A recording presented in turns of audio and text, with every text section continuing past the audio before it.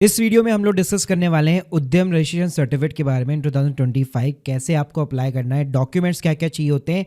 Plus अगर आप लोग को नहीं पता जीएसटी की एक नोटिफिकेशन आई हुई है स्पेशली उद्यम को लेकर, तो क्या जीएसटी चाहिए नहीं चाहिए, स्टेप पूरा जो है प्रोसेस बताऊंगा स्टेप बाय स्टेप कि कैसे आपको अप्लाई करना है।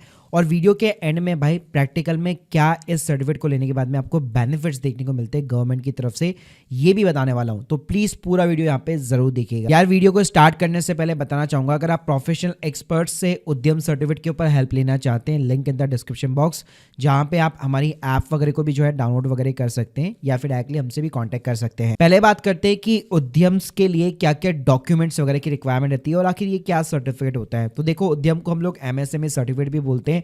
इसके जो पुराना नाम था इसका उद्योग आधार हुआ करता था, लेकिन 2020 के बाद में गवर्नमेंट ने पोर्टल ही पूरा चेंज कर दिया और इसको उद्यम के अंदर कन्वर्ट कर दिया। तो भाई जितने भी स्मॉल बिजनेस हैं, ये एक सेल्फ सर्टिफाइड सर्टिफिकेट होता है जिसके लिए अप्लाई कर सकते हैं। इसमें मतलब कोई भी गवर्नमेंट ऑफिसर की ना अप्रूवल की रिक्वायरमेंट रहती है। डॉक्यूमेंट्स की बात करूं तो देखो, सिंपली आपके पास में आधार नंबर होना चाहिए और वो भाई बाकायदा मोबाइल नंबर के साथ लिंक होना चाहिए, क्योंकि ओटीपी आता है तो आपको वेरीफाई कराना पड़ता है। इसके लिए आपके पास में पैन कार्ड नंबर होना चाहिए। जीएसटी की बात करूं तो गवर्नमेंट ने स्पेशली इसके रिगार्डिंग ना नोटिफिकेशन निकाली हुई है।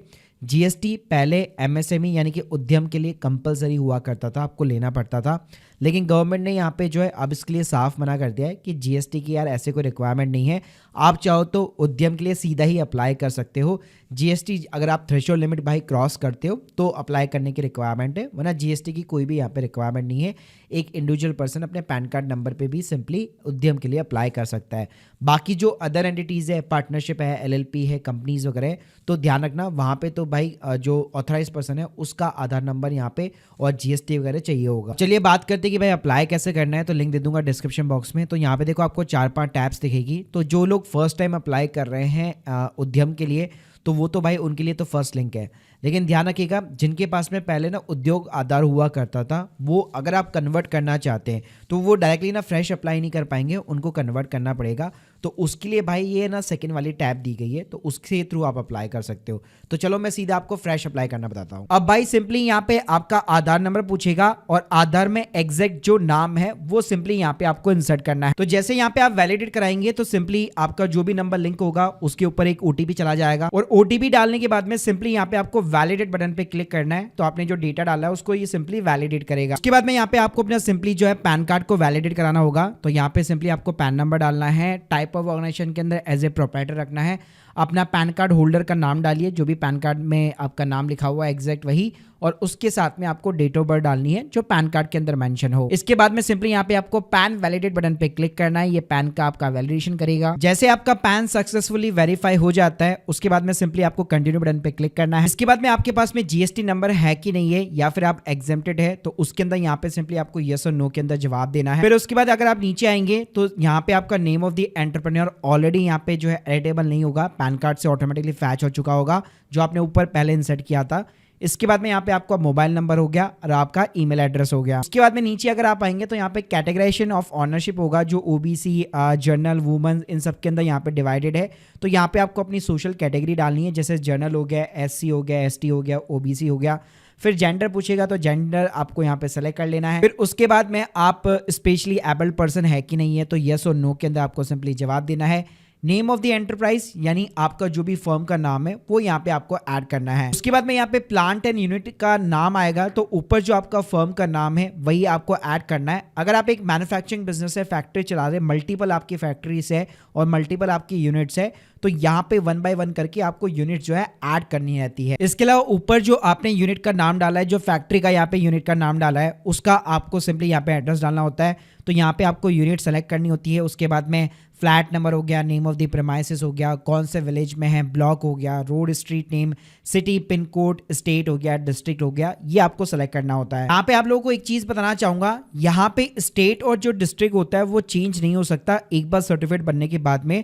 तो भाई जो भी आप एड्रेस डालो यहाँ पे सोच समझ कर डालना। उसके बाद में यहाँ पे official address of the enterprise पूछेगा, तो हो सकता है आपका सेम एड्रेस हो जहाँ पे भी आपका प्लांट है, या अगर आपका कोई अदर एड्रेस है ऑफिस का तो उसको आप यहाँ पे इंसर्ट कर सकते हो। और इसके अलावा यहाँ पे गेट लैटिट्यूड एंड लॉन्गिट्यूड का यहाँ पे एक ऑप्शन दिया गया है। तो ऊपर आपने जो एड्रेस इंसर्ट किया है उसी की रिगार्डिंग यहाँ पे आपको मैप के अंदर लोकेशन को जो है पिन पॉइंट करना रहता है। तो सिंपली यहाँ पे आपको मैप को जो है ओपन कर लेना है और जो भी आपकी लोकेशन है उसको जैसे आप यहाँ पे क्लिक करेंगे ऑटोमेटिकली यहाँ पे लैटिट्यूड और लॉन्गिट्यूड लॉक हो जाएंगे और सिंपली आपको ओके बटन पे क्लिक कर देना है। इसके बाद में यहाँ पे नेक्स्ट क्वेश्चन पूछा जाएगा क्या पहले आपके पास में कोई यूएम वगैरह रजिस्ट्रेशन नंबर है, तो है तो आपको यहाँ पे इंसर्ट करना है, अगर नहीं है तो नॉट एप्लीकेबल आ जाएगा।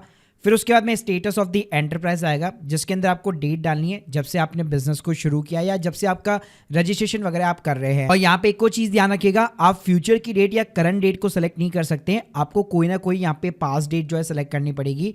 फिर बिजनेस का यहाँ पे प्रोडक्शन या बिजनेस शुरू हो चुका है कि नहीं हो चुका, तो येस और नो के अंदर आपको जवाब देना है, प्लस कब से शुरू हुआ है वो डेट आपको इंसर्ट करनी है। उसके बाद में भाई यहाँ पे बैंक की डिटेल्स पूछेगा, तो आपका सेविंग अकाउंट की भी आप डिटेल्स यहाँ पे प्रोवाइड कर सकते हो। अगर करंट अकाउंट है तो बहुत अच्छी बात है, तो यहाँ पे आपको अपना अकाउंट नंबर, IFSC कोड और बैंक का नाम लिखना होता है। उसके बाद में यहाँ पे major activity of the unit पूछेगा, तो देखिए यहाँ पे मेजरली 2 कैटेगरीज होती है, मैन्युफैक्चर हो गया और सर्विस हो गया। अगर आपका मैन्युफैक्चरिंग का बिजनेस है, रिटेल का है, होलसेल का है, ठीक है, तो आपको हमेशा इस वाली कैटेगरी के अंदर जाना है।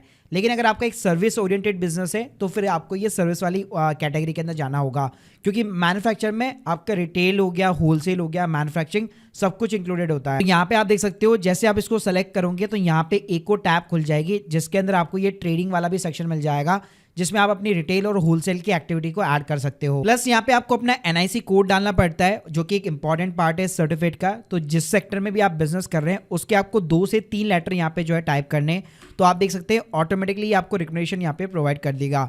तो उस अकॉर्डिंग यहाँ पे आपको अपना NIC कोड सेलेक्ट करना है और इस कोड को यहाँ पे आप मल्टीपल कोड्स भी ऐड करवा सकते हो, कि जरूरी नहीं है कि आपको एक ही कोड ऐड करना है। बाकी अगर आप सर्च नहीं करना चाहते तो सिंपली अपना सर्विस या मैन्युफैक्चरिंग यहाँ पे सेलेक्ट करो और यहाँ पे आप देख सकते हो आपको यहाँ से भी कैटेगरी वाइज देखने को सारी चीजें मिल जाएगी।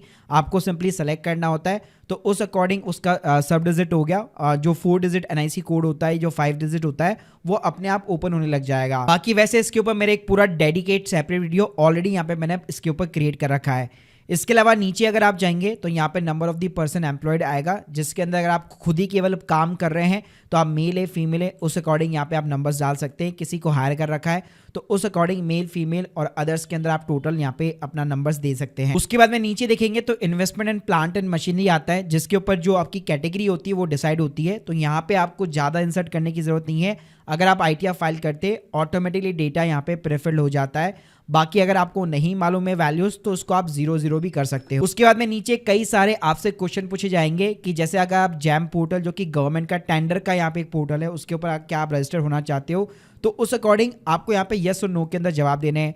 जैसे TIDS पोर्टल है जो कि इनवॉइस डिस्काउंटिंग का है, फिर एक NCS का पोर्टल है, फिर एक B2B का पोर्टल है, क्या आपको एक फ्री में डोमेन और ईमेल आईडी चाहिए कि नहीं चाहिए, फिर आप स्किल इंडिया डिजिटल पोर्टल पर रजिस्टर होना चाहते हो कि नहीं होना चाहते। तो इस तरह से आपको यस और नो के अंदर जवाब देने हैं। उसके बाद में भाई लास्ट में यहाँ पे आपको अपना डिस्ट्रिक्ट DIC सेंटर यहाँ पे सेलेक्ट करना है। तो यहाँ पे आप उस अकॉर्डिंग सिटी में है, रूरल्स में, अपने अकॉर्डिंग यहाँ पे आप सेलेक्ट कर सकते हो और simply submit and final OTP पे क्लिक कर सकते हो। तो भाई लास्ट में आप जैसे OTP डालोगे सिंपली आपका उद्यम रजिस्ट्रेशन यहाँ पे सक्सेसफुल हो जाता है और स्क्रीन के सामने आपको अपना उद्यम रजिस्ट्रेशन नंबर भी देखने को मिल जाएगा जिसको आप नोट डाउन कर सकते हो। फिर भाई अगर आपको सर्टिफिकेट निकालना है तो कोई भी यहाँ पे अप्रूवल की वेट करने की जरूरत नहीं है, सीधा ही वेबसाइट पे जाओ, प्रिंट उद्यम सर्टिफिकेट पे सिंपली क्लिक करो, आपको जो उद्यम रजिस्ट्रेशन नंबर मिला था सीधा वो एंटर करो, अपना मोबाइल नंबर एंटर करो, अपना भाई मोबाइल नंबर के ऊपर OTP आएगा, OTP डाल के सिंपली आप लॉगिन करा लो और जैसे आप लॉगिन करोगे भाई ऊपर ही फ्रंट के ऊपर आपको प्रिंट सर्टिफिकेट का ऑप्शन देखने को मिल जाता है जिसके ऊपर आप जैसे क्लिक करोगे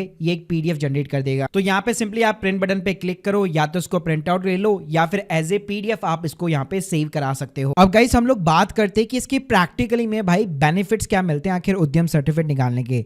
तो देखो पहला तो मेजर एडवांटेज आपको ये मिल जाता है कि जस्ट रिसेंटली बिजनेस स्टार्ट किया है तो आपके पास में करंट अकाउंट जरूर होना चाहिए।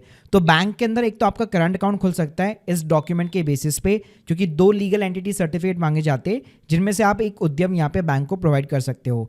इसके अलावा अगर आप GST वगैरह के लिए भी अप्लाई करोगे तो वहाँ पे फर्दर जो है आपका अगर कोई भी एग्जिस्टिंग रजिस्ट्रेशन है जैसे MSME है, उद्यम है, तो उसकी डिटेल्स यहाँ पे आप प्रोवाइड कर सकते हो। इसके अलावा उद्यम के बेसिस पे अगर आप गवर्नमेंट टेंडर के अंदर पार्टिसिपेट करना चाहते हो तो वो भी आप डेफिनेटली कर सकते हो, क्योंकि कुछ गवर्नमेंट टेंडर्स में पहले से रिक्वायरमेंट रहती है कि सिर्फ MSME बिजनेस से यहाँ पे पार्टिसिपेट कर सकते हैं और उसके लिए भाई आपको उद्यम सर्टिफिकेट निकालना पड़ता है।